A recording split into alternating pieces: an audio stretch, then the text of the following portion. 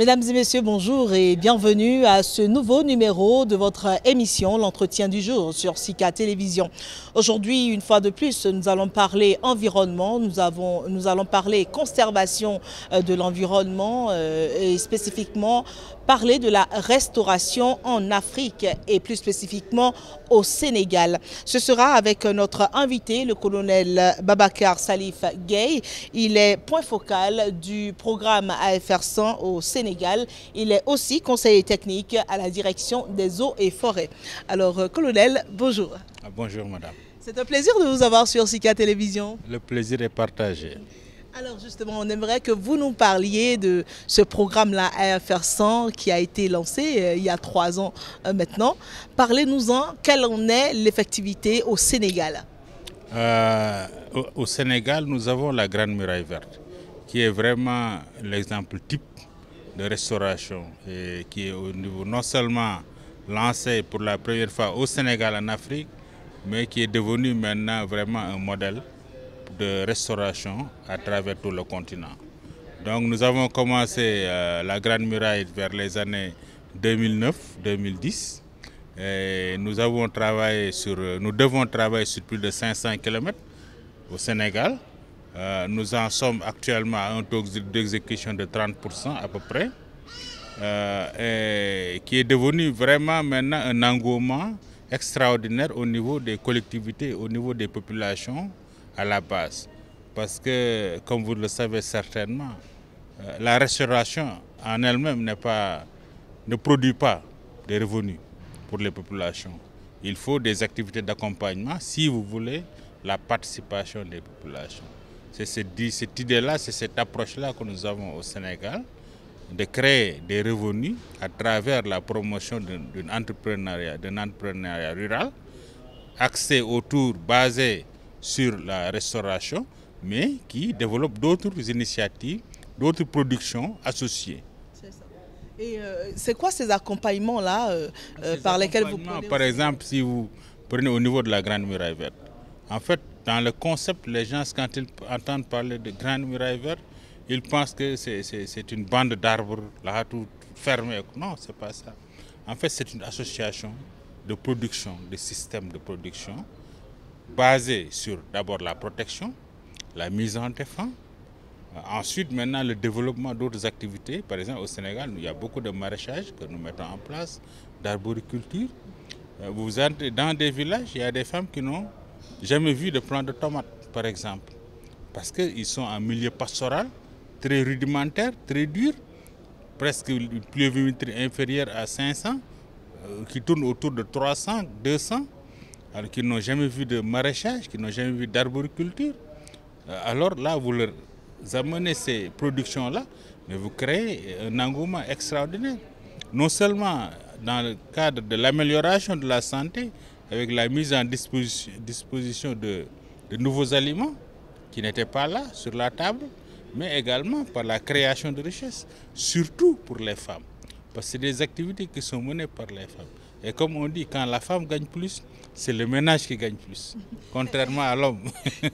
Non, effectivement, et d'ailleurs, j'allais m'intéresser à cet aspect-là, le rôle de la femme dans la reforestation, parce que pendant longtemps, hein, surtout dans plusieurs pays africains, la femme n'a pas de voix à donner, la femme n'a pas de décision, on décide de tout pour elle. Et parfois, même à des endroits en Afrique, elle n'a même pas le droit à la terre, par exemple. Alors ça, ce concept-là est développé au Sénégal, apparemment, où les femmes sont responsabilisées. Oui, vous savez, quand on dit la femme n'a pas droit à ceci, la femme n'a pas droit à cela, c'est parce que la femme n'a pas de revenus. C'est parce que la femme est économiquement faible. Donnez à la femme des revenus, rendez-lui son indépendance économique, elle va avoir ses droits. Elle va elle-même se saisir de ses droits et les protéger. Je pense que tout vient de là. Donc, en mettant à disposition au niveau de la femme des productions, la possibilité de commercialiser, d'avoir des prêts bancaires, de pouvoir rembourser, hein, de développer surtout la commercialisation. On sait que la femme est très douée en matière de commercialisation. Une bonne gestionnaire. Absolument, voilà. Donc avec tout ça, vous avez en place maintenant une femme qui est capacitée, qui a ses droits, qui fait vivre son ménage, parce que ce qu'elle gagne, c'est pour les enfants. Il y a la scolarité des enfants qui est mieux assurée, il y a la nourriture qui est mieux assurée, et puis il y a beaucoup, la santé, surtout la santé, l'hygiène, la santé, parce qu'en plus aussi, il y a d'autres activités telles que l'alphabétisation fonctionnelle, hein, qui leur permettent de faire un peu de comptabilité, hein, sur les revenus, hein, d'avoir un peu de skill au niveau de l'hygiène. Et tout ça, c'est parce que économiquement, le temps qu'elles perdaient pour aller, par exemple, chercher du bois à 30 km, elles ont assez d'argent pour aller tout de suite acheter. Et ce temps-là est conservé maintenant pour d'autres activités beaucoup plus rentables. Parfait. Alors moi, j'aimerais bien qu'on revienne sur ce projet, la Grande Muraille. Hein, la Grande Muraille, d'où est-ce que c'est parti et c'était dans quel objectif que ça a été initié? La Grande Muraille, c'était une initiative de Abdoulaye Wade, de Thabo Mbeki et du président algérien Bouteflika. Je crois que c'est les trois qui ont eu vraiment cette grande initiative, hein, avec le lancement, avec le NEPAD. Je crois que c'est une initiative du NEPAD. Donc tout est parti de là et c'est une idée géniale, absolument, et qui doit être faire la fierté de l'Afrique même. Mais j'aimerais bien savoir comment est-ce que vous définissez les espaces à reverdir? Comment est-ce que vous sélectionnez les sols? Parce qu'il faut savoir quel type d'arbres peuvent aller avec quel type de sol. Comment est-ce que vous déterminez? Oui, ça, vous abordez le point relatif à l'itinéraire technique. Vous savez, l'arbre, quel qu'il soit, si vous laissez l'arbre ne va pas se développer ailleurs que dans un sol où il peut se développer. C'est un processus naturel. Donc, il faut privilégier la régénération naturelle assistée. C'est quoi la régénération naturelle assistée? C'est là où l'essence se développe naturellement, protéger cette essence-là et lui permettre de se développer, de croître. D'abord, c'est ça. Réintroduire les espèces locales, ça c'est extrêmement important aussi. Protéger, parce que d'abord, dans ces zones-là, c'est des zones pastorales en général. Donc, si vous voulez faire quelque chose dans une zone pastorale, il faut clôturer. La clôture est fondamentale. Privilégier la régénération naturelle assistée, donc les essences locales, hein, et puis maintenant accompagner avec les activités de régénératrices de revenus. Absolument. Et ça, le problème qu'on observe souvent en Afrique, c'est qu'on voit que les populations ne sont pas forcément impliquées dans la politique de reforestation. Alors, est-ce que vous voulez nous dire l'importance de l'implication de la population locale, je veux dire de la communauté? Oui, vous savez, on ne peut pas réussir en milieu rural sans on ne peut pas protéger la nature sans les populations à la base. Je vais vous raconter une histoire qui s'est passée au Sénégal, par exemple en matière de lutte contre les feux de brousse.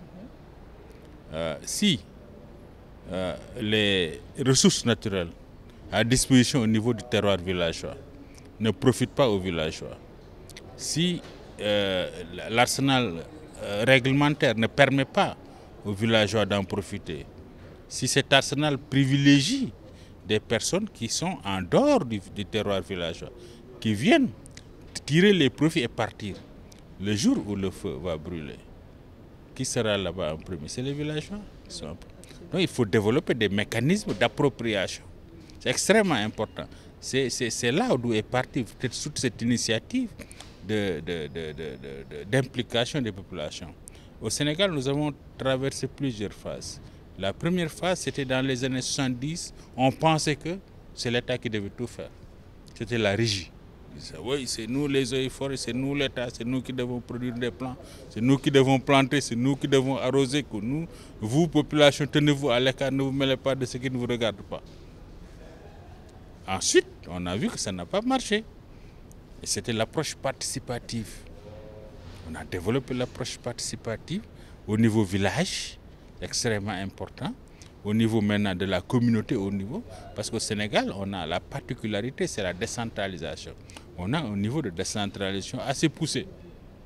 Voilà, et ce qui nous a permis de faciliter l'appropriation par les gouvernements locaux et par les populations et les villages. Mais est-ce que vous pensez que cette restauration dont on parle tant, que cela ne concerne que les milieux ruraux, les villes aussi ont besoin de restauration, ont besoin de végétation? Absolument, absolument. Je pense qu'au niveau des villes, nous avons besoin dans nos villes de beaucoup plus de végétation dans nos villes. En général, les villes africaines, il y a moins de végétation. C'est que du béton. C'est que du béton. Il faut réintroduire des espaces verts dans les villes. Ça, c'est extrêmement important. Nos villes vont étouffer un jour, tout simplement parce qu'il n'y a pas de verdure, il n'y a pas d'espace vert. Et quand je dis espace vert, je ne dis pas 200 mètres carrés de... Non, vraiment des espaces verts incluent des forêts urbaines et des forêts périurbaines. Les protéger, les développer, c'est extrêmement important si nous voulons avoir des villes durables. Voilà, ça c'est extrêmement... Maintenant, si on retourne à la Grande Muraille Verte, mais écoutez, c'est au niveau rural, mais ça a des implications au niveau des villes, parce que ça permet d'arrêter l'exode rural. Vous créez de la richesse au niveau local, vous créez des emplois, vous avez une approche entrepreneuriale, vous créez de la richesse, vous créez des emplois, c'est moins de population dans la ville.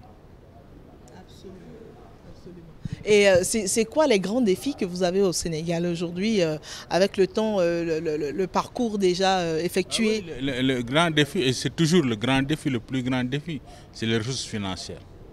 Quelle que soit la volonté, si les ressources financières n'accompagnent pas comme on le veut, mais écoutez, c'est toujours comme ça.